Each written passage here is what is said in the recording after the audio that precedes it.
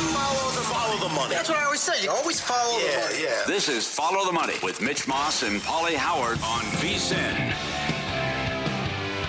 Welcome in. Thanks for watching, as always, on YouTube TV, listening on Sirius XM Channel 158, iHeartRadio, TuneIn Radio, or any of our great affiliates across the country.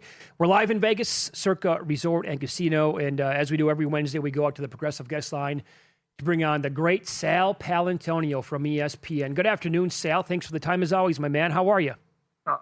It's great to be on your show. I love being on Follow the Money. You know that it's the best part of my week. But I just want to establish something right now. In the off season, I want you boys to come to South Philly, bring Follow the Money. We'll do a remote. We'll have it catered by G. Morella's. We'll get the best ravioli. We got lobster ravioli from G. Morella's. You guys will love it. The bread is unbelievable. You'll just want to eat the bread all day. And then they make the best homemade cannolis, #1 in the country. I'm telling you, love it. And the whole I'm going to make them all for you, and it's going to be fantastic. Thank you. Okay. You don't have to twist our arms. Wheels are in motion. Let's go. Okay, so your Super Bowl pick, I don't mean to rub your face in this, was the Philadelphia Eagles, no longer in the playoffs, and their offensive coordinator, Kevin Patullo, has been fired as a result. Did you agree with the move, and who are they targeting for that position? Had to happen. And, finding a new offensive coordinator now, that's the hard part, right? And here's the job description. First, get along with Nick Sirianni and Jalen Hurts. Talk about threading the psychological needle. Second, design an offense that challenges NFL defenses, takes advantage of Saquon, call plays on game day so this team can score points in the first and the second half. That's a huge problem. Then making it more difficult, a quarter of the NFL is looking for head coaches, offensive coordinators, and defensive coordinators. Right now, I count, that's about 27 job openings. So the Eagles are going to have more competition than they can possibly handle. And then there's the A.J. Brown problem. Yes. And it's a messy, messy problem. I think keeping him on the team in 2026, I don't know how that happens, honestly. The quarterback doesn't talk to him. The head coach is yelling at him in the sidelines. For a month now, Brown, people don't know this. There's a little inside baseball. For about a month, A.J. Brown has walked out of the locker room without talking to the media, which he's required to do by NFL rules set up by the Pro Football Writers Association. So I don't know if he's been fined or not. But he's required to talk to the media after the game and once a week. And this has left his teammates to face the music. And I can tell you, they are torqued off about it, 100%. But the problem is, you can't release him because his dead cap hit, if you release him, would be more than $70 million in 2026. And you trade him, you got to trade him after June 1 so you can reduce the cap hit. I mean, listen, I love Howie Roseman. You know I do. He's a salary cap genius. I think he's the best GM in the NFL, but this is going to be the most challenging offseason that Howie Roseman has ever faced. Great answer. Good stuff there. Now, you're a Hall of Famer, so now you go to the Bills. You're on the Bills beat, as they are the biggest story. It's Josh Allen against the world. And they opened up, they were 1.5-point favorite in some spots. They would only be the third time that the home team, the one seed's the underdog in the divisional round. I am willing to bet Sean Payton is using that as bulletin board material. What say you? Yeah, there's no question that Sean's already doing that. He's the master motivator right out of the Bill Parcells mode, coached under Parcells. He has been, an acolyte of Bill Parcells for years and understands how to push the buttons of players. So, but in this game, so I was there 2 weeks ago. The Chargers rested everybody.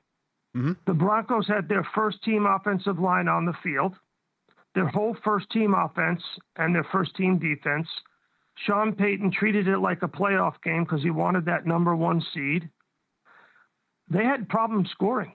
The offense did not score a touchdown. The offense did not score a touchdown. And I watched the Chargers boat race the starting five of that offensive line of the Broncos, getting after Bo Nix. I think that by the way, Sean versus Sean, unbelievable. Sean Payton and Sean McDermott going head to head. I think, you got a defensive guy who, of course, loves to blitz and you've got an offensive guy who's an offensive genius in Sean Payton. To me, this is the best coaching matchup.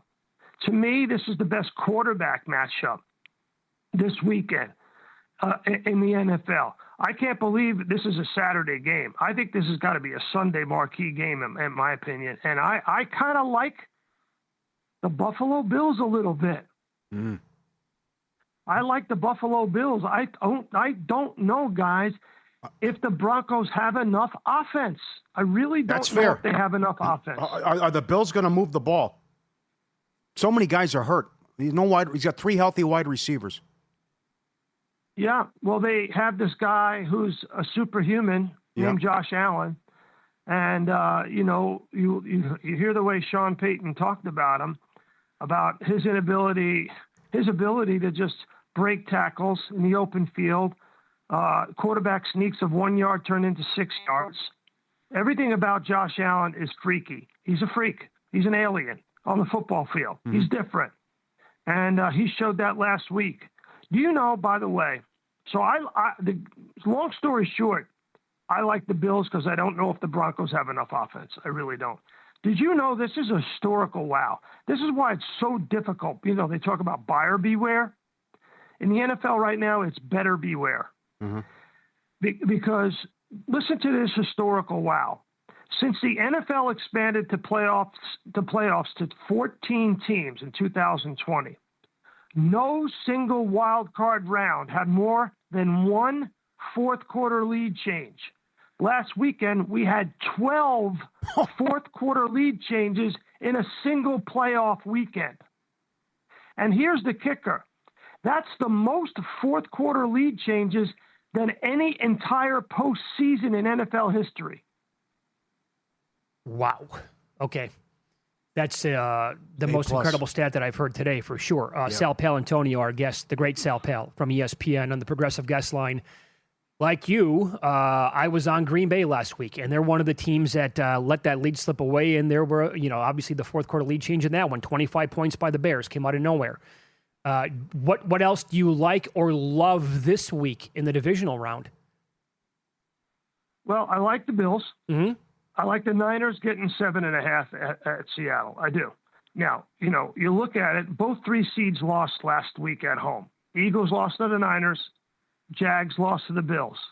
Now the Niners and the Bills have to go on the road to play the number 1 seeds, Seattle in the NFC, Denver in the AFC.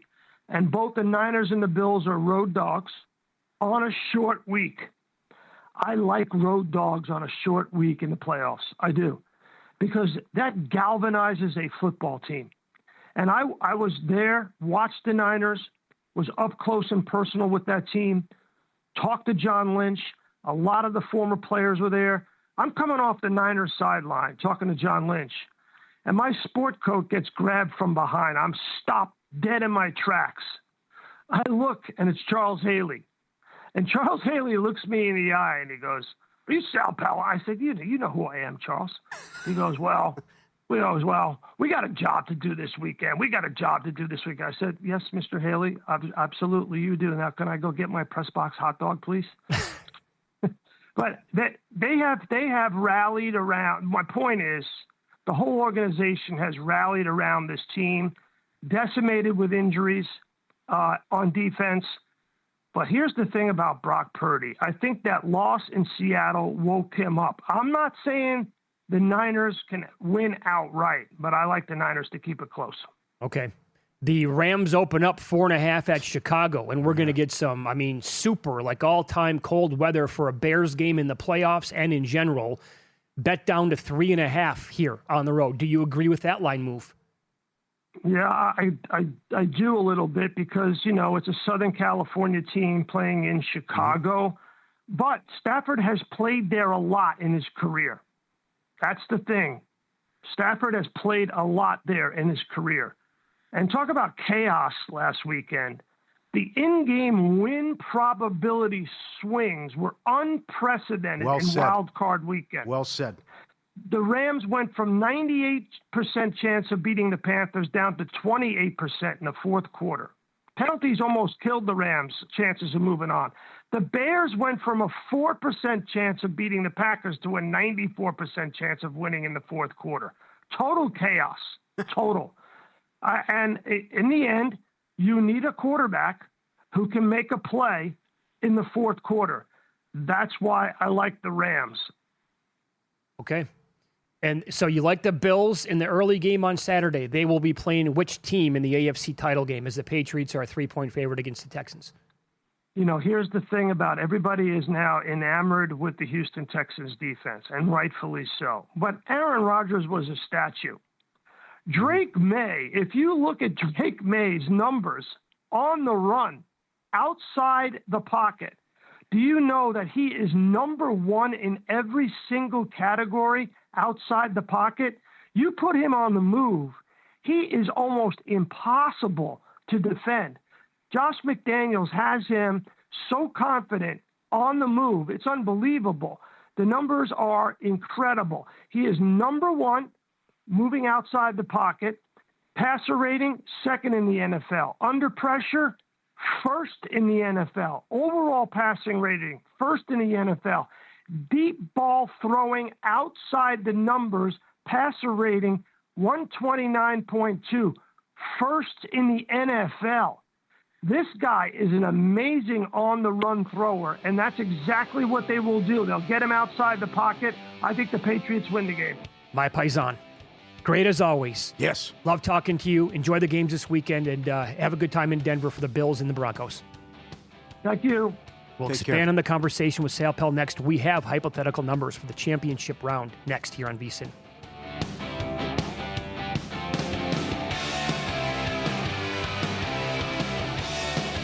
So you're listening to this podcast because you want an edge. But what if I told you you're only halfway there? You've got the mindset. Now it's time to get the toolkit to match. Here's the thing. Pro bettors spend thousands on data and tools, but what they don't want you to know is you can get the same edge for a fraction of the cost with VSiN Pro. With VSiN Pro, you get access to expert picks, public betting data, prop projections, powerful tools, analytics, and more. Tap the link in the description and see why thousands of bettors are already using VSiN Pro to cash more bets.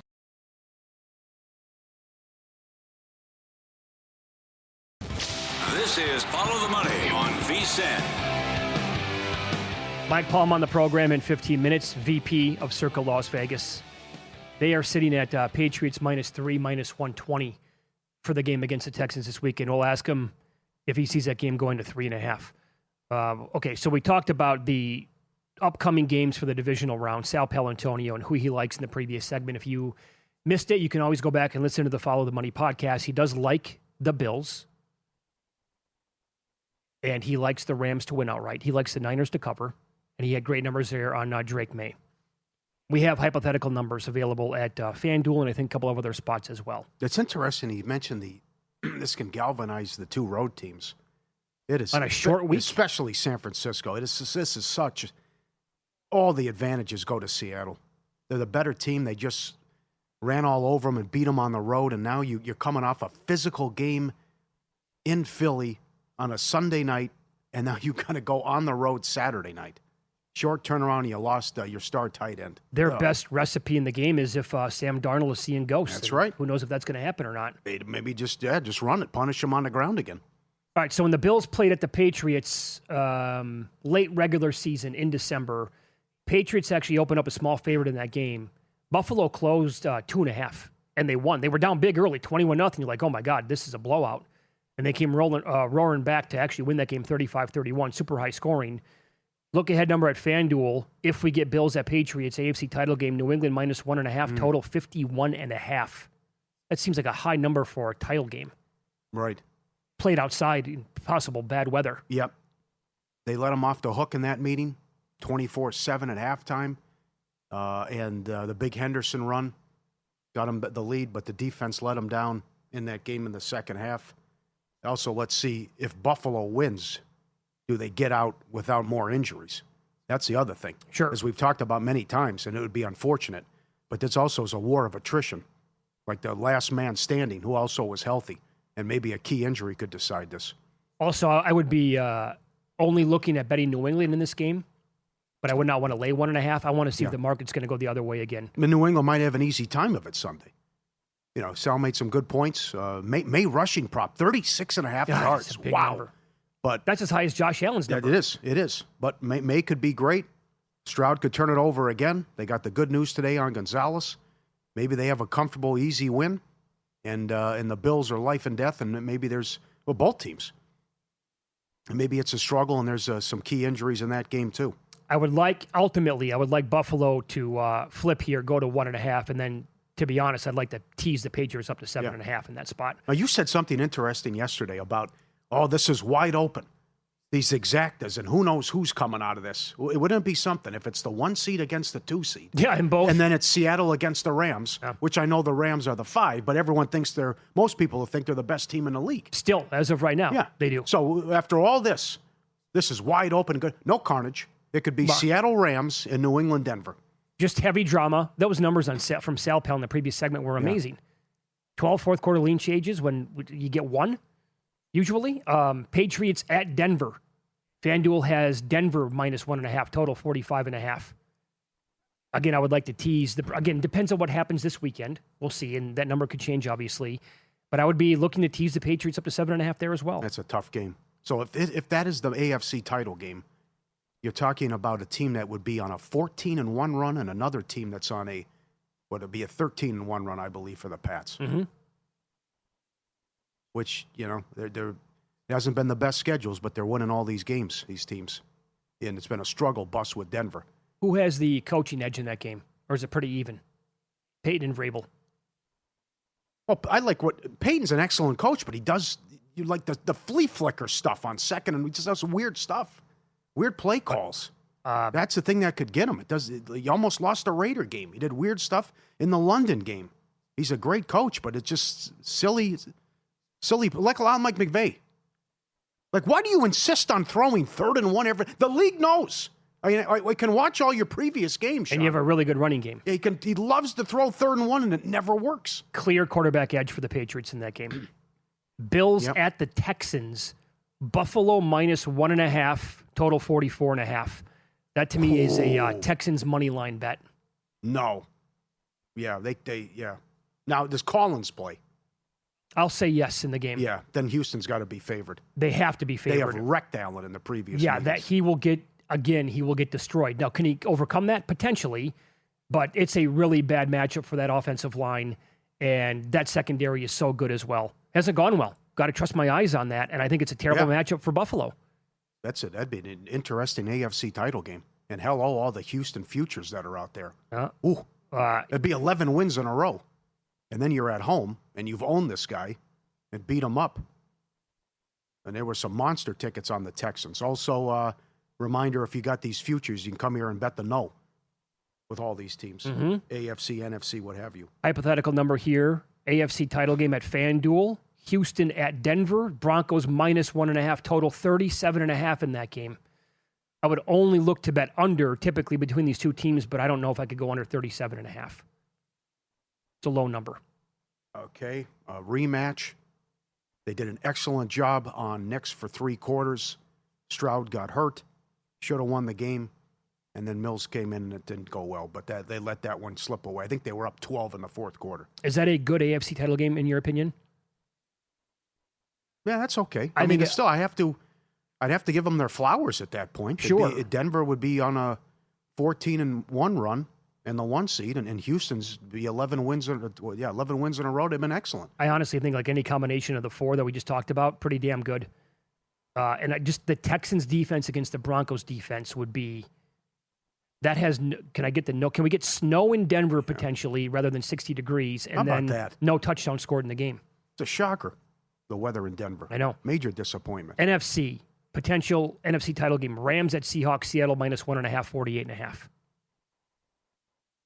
I don't think the Rams are going to go for 581 yards of offense again in this game. But they might go for 450, 480. I don't know.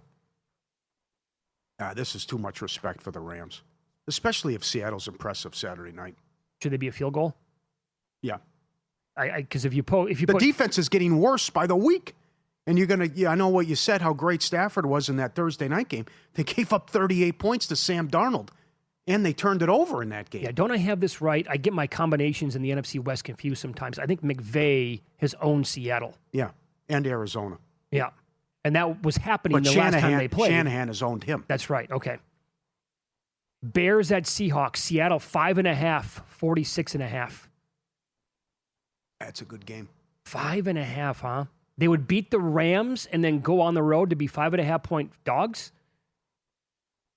I don't know about that.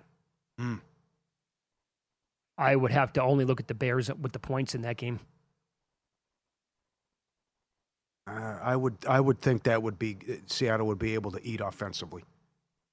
But then again, you're going to come back at me and say this guy leads the league in turnovers. Yeah, and the implosion's coming. But Niners at Bears is actually sneaky good. Bears minus 1.5 total, 49.5. It's a game of the year. No kidding. It's phenomenal. And the Bears had injuries. They might have Warner back too. Mm-hmm. I don't know how I would bet that one, to be honest. I don't have an opinion, really. Man, are the Niners really going to go to the Super Bowl? Or maybe it reeks of what happened a while back when the Rams won the Super Bowl. They were a 4 and the Niners were a 6. That was the NFC title game. Yeah, if you and get the that, Niner fans took over the stadium. They did, and they blew the fourth quarter lead. They did. Garoppolo, yeah, key pick. 49ers at the Rams, potential NFC title game available right now. Rams 6.5, total 53.5. That was ugly, that second meeting. The Rams could have put 50 up on them if they wanted to. Mm-hmm. And the first meeting was a survivor killer for me and several other, I think, thousands of people here at Circa. That's a great matchup for the Rams, their offense. I think so, too, yeah. I would take it. I would like to see that one, actually. But, again, most combinations here you really can't go wrong with. Yeah. As we mentioned yesterday at Circa and other spots, the NFC West is $1.15 to win the Super Bowl. Before the line moves, Sharp Place is already there. January, my fault. Football meets flavor with Visa and Omaha Steaks, official sponsor at Tailgating. And right now, when you spend $129, you get 2 pounds of fully cooked chicken wings plus 50% off site-wide, omahasteaks.com/Visa, shipped right to your door. Check out the website, incredible selection and menu. Pick what you want to go with and the offer, 2 pounds of wings. omahasteaks.com/Visa, minimum purchase required. See the site for details, omahasteaks.com. Weird year. Fun year. I don't know how these teams would compare to like previous like really good teams in the NFL. Probably it's strange. No doubt about it. No Burrow, no Lamar Jackson, no Mahomes. And still, I thought the Baltimore team could have been dangerous, and they still should be playing, but did it to themselves with that slow start and key injuries and a bad job defensively against Rodgers. Don't we, for example, comparing these teams to previous, really good, like last year's Philadelphia team, would they not have killed every team alive? So, yes. Like they did last year anyway? Yeah. It would have been a repeat and maybe even worse with how good they were. How they closed? Oh, God, yeah. Destroyed Washington, dominated Kansas City. Yeah. Would have had their way with these squads. Mike Palm on the program next. VP of Circa Las Vegas. Does he see the Patriots game going to 3.5? We'll ask him coming up on Follow the Money. It's VSiN, the Sports Betting Network.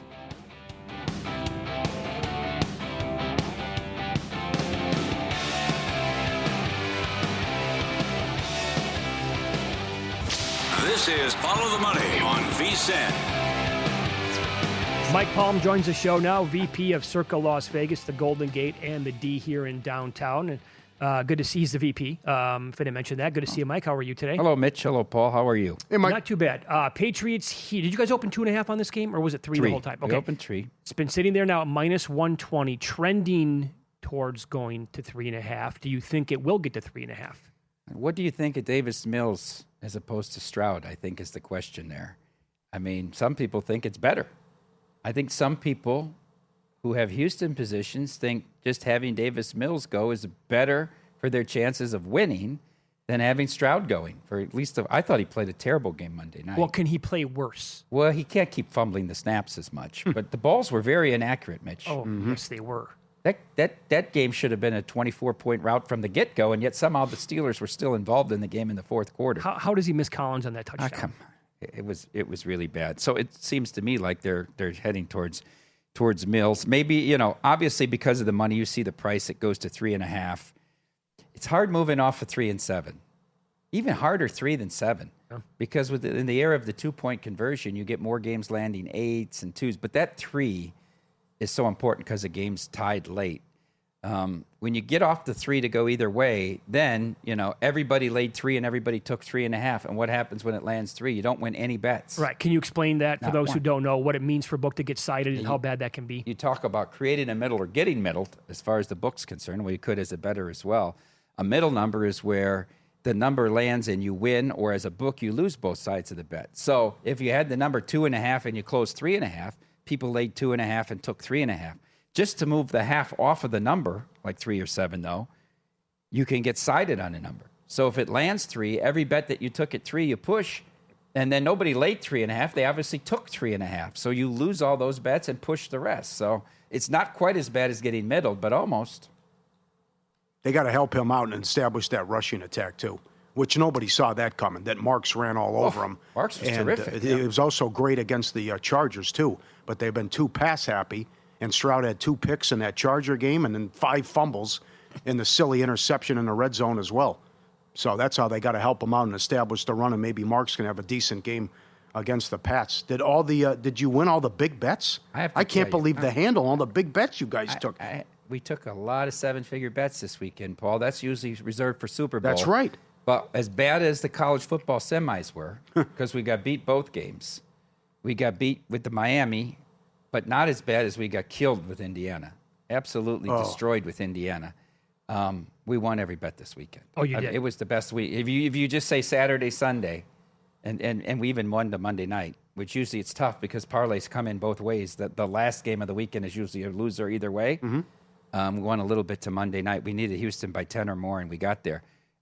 The Bears' swing was the swing from the Packers winning that game to the Bears winning by 4 was like a $3 million swing for us. That big, huh? Well, and unfathomable, too. I have to tell you. I know we don't do the you cannot be serious this week.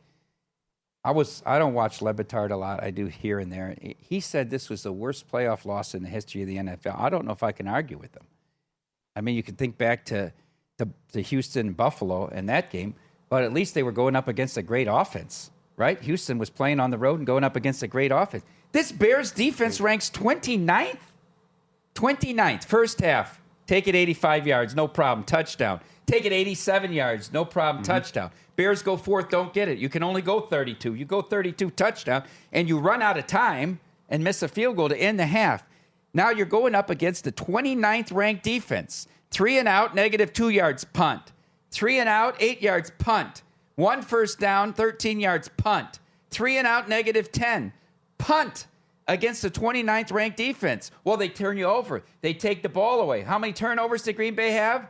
0. How was Green Bay on 4th down? 3 for 3. How many turnovers did the Bears have? 2. How were the Bears on 4th down? 2 for 6. That means they turned the ball over 6 times.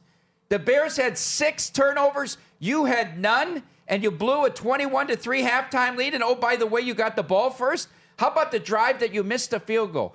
Did he think he was back in Minneapolis coaching in a preseason game like he did the week before? He burns 2 timeouts and gets a delay of game coming out of a timeout to miss a field goal. And every single year LaFleur's been there, Mitch. We've talked about their special team screws them in the playoffs. Well, here it did again. 2 missed field goals and a missed extra point. They want to sign this guy to a contract for life. Are they out of their minds in Green Bay? I will say this. I think that you have been on this. You called him LaGoof a long time ago.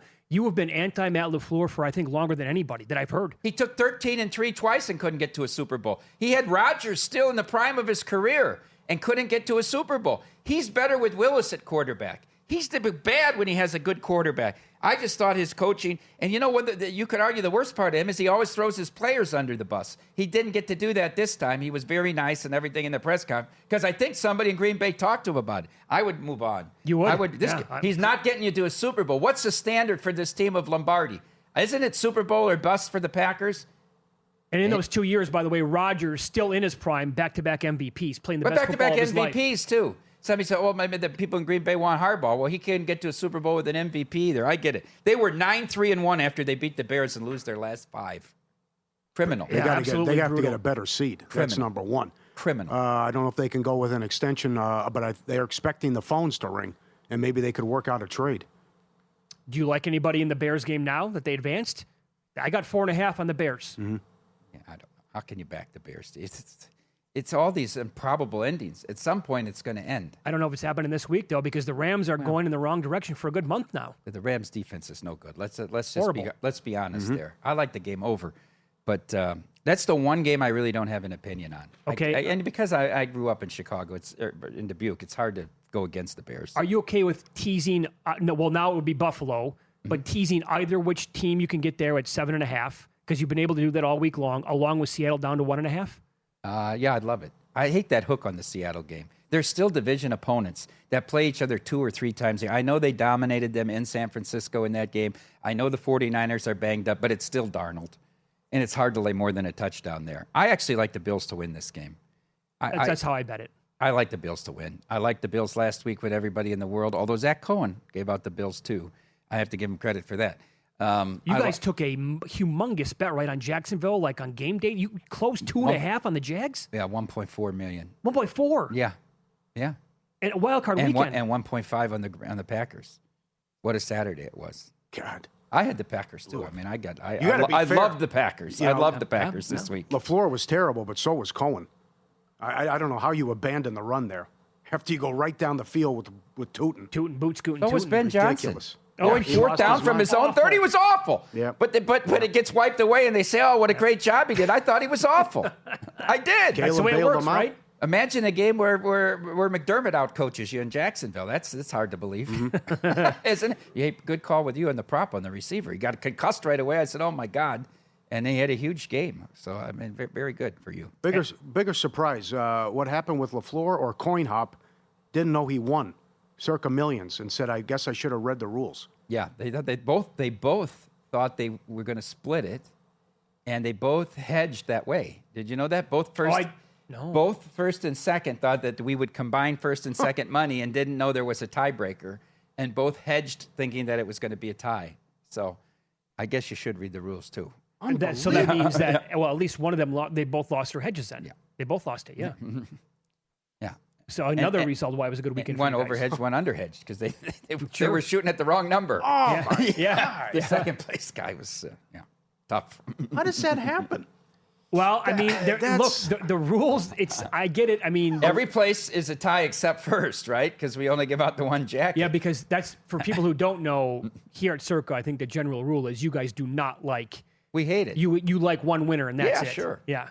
Love it. That comes to anything. I mean, it comes down to the very popular all most these wins. Month bets and points bets. Yes. There's a million tiebreakers, so we can pay one team as a winner. I didn't know this. I did not know this in the fine print. A couple years ago, I had Vladimir Guerrero most home runs in the league. Mm-hmm. He pushed with Salvador Perez. Yeah. The tiebreaker was fewer at bats. Perez had him by like 20. Sure, I didn't know that in the fine print. Yeah. And you got Perez at Will Hill. Yeah, I know. It was a dead heat over there. Dead heat. I know. Come on, Benson.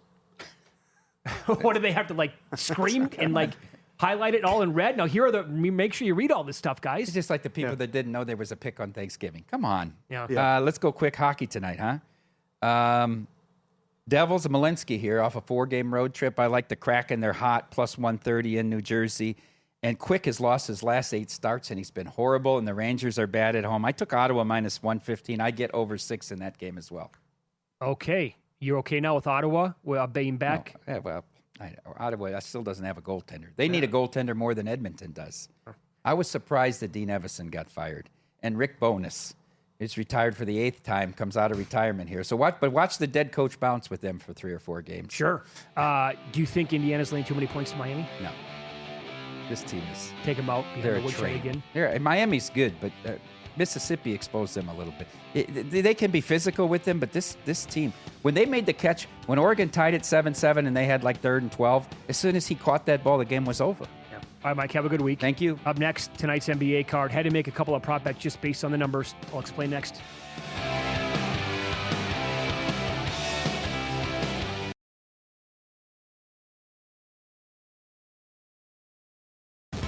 This is Follow the Money on VSiN.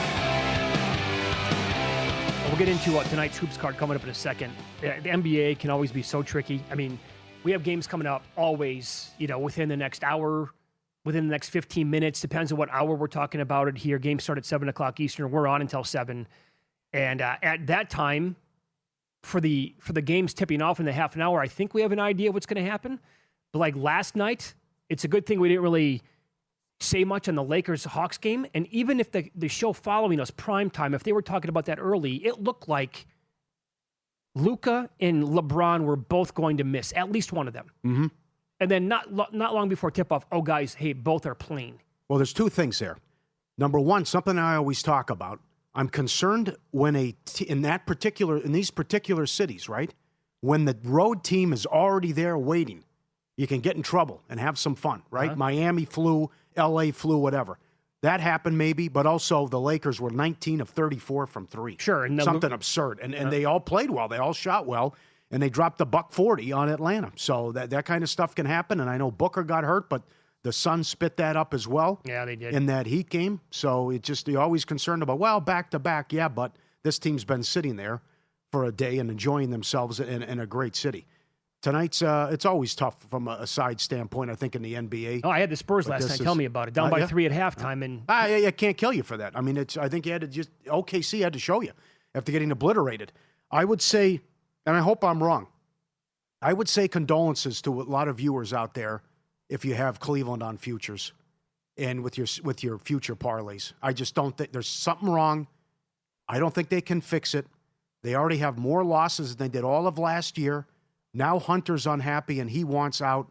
It's just not working. And there's a disconnect, as we've talked about, with our guys in Cleveland, ESPN Cleveland, and Rizzo with the head coach Atkinson, who was so good last year. It's just, what are they going to get, like the 6th seed? This is ridiculous. So you go from the 1 seed, and you drop all the way down, and you're scuffling, sitting around 500. And the Sixers have had some good performances. Very impressive, blowing out the Knicks a couple times. And the Sixers laying 1.5 against Cleveland. It just feels like this is just going to be a one and done for the Cavs coming up in the playoffs. Yeah, and a high total here, but that's today's NBA. It's 236.5 at FanDuel. DK 236 here at Circa. Couple of props. I like betting props in the NBA way more than betting sides. Sam Merrill made threes in January. 5 games. Game by game. 5 of 7, 6 of 10, 5 of 11, 5 of 6, 3 of 8. So the attempts are back since he's healthy again. And this is a guy that makes a high percentage of his threes. He's been shooting it beautifully. I don't like playing over 3.5 unless the plus price is high enough for me to get involved. So that's where I'm at tonight. I played over 3.5 at plus 146 on Sam Merrill. And in the other game, Tyrese Maxey is quite simply, this is Captain Obvious here, but he's one of the best players in the entire sport. I don't know if he's going to be first team All NBA this year, but he's averaging 31.4 points per game in January. He had 33 plus points in 5 of his last 8 games, 4 plus made threes in 6 of 8 games. And again, with this high total tonight, you're offering me plus 124 on over 3.5 made threes. I had to bet both Merrill and Maxey. I had those numbers much smaller than that. I had them for Maxey. Most books are offering like around even money. FanDuel's out there around plus 124. Got to take it. Go to vsin.com every day. Check out the prop analyzer. Merrill, 13-2 overrun points. Porter, 22-8. Marshall for Dallas, 14-3 overrun. And PRA, George on a 27-11 overrun PRA for the Jazz. Well, and here's another one with that. It's Michael Porter. Yes. Over 31. Now, the number had been 31.5 for a long time for points and rebounds, and also over 3.5 made threes. In 10 December games, he went over 31.5 points and rebounds, 9 out of 10. Over in 3 of 4 in January. He's averaging 26 points and 7.5 rebounds on the year. Threes. He's had 6 made and 8 made in 2 of his last 3 games. He did go 0 of 9 against the Clippers, but that's a fluke. He made 4 plus threes in 9 of 10 December games and 7 plus in 7 of them. Think about that. 7 plus threes in 7 of those games. But now his points and rebounds prop is where it should have been the entire time, 33.5, unbettable. And there's no more plus money on his 3.5 either. It's like minus 118, minus 20 last check. So I can't play him tonight, but it's something to keep an eye on. And the other guy would be in the Denver game. They won last night, hard fought against the Pelicans on the road. It's a back-to-back tonight. They're on the road again against the Mavericks. Dallas laying about 2.5, 224.5, but it's Peyton Watson. Since December 31st, 20-plus points in 7 of 8 games. He had 19 in the other. Almost 24 points per game in those 8 games and 23-plus in 6 of the 8 games.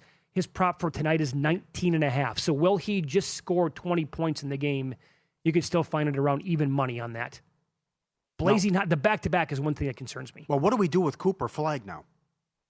Remember, he was on an 11-1 overrun with his assist and also his rebounds, and then the combo was also on an 11-1 overrun.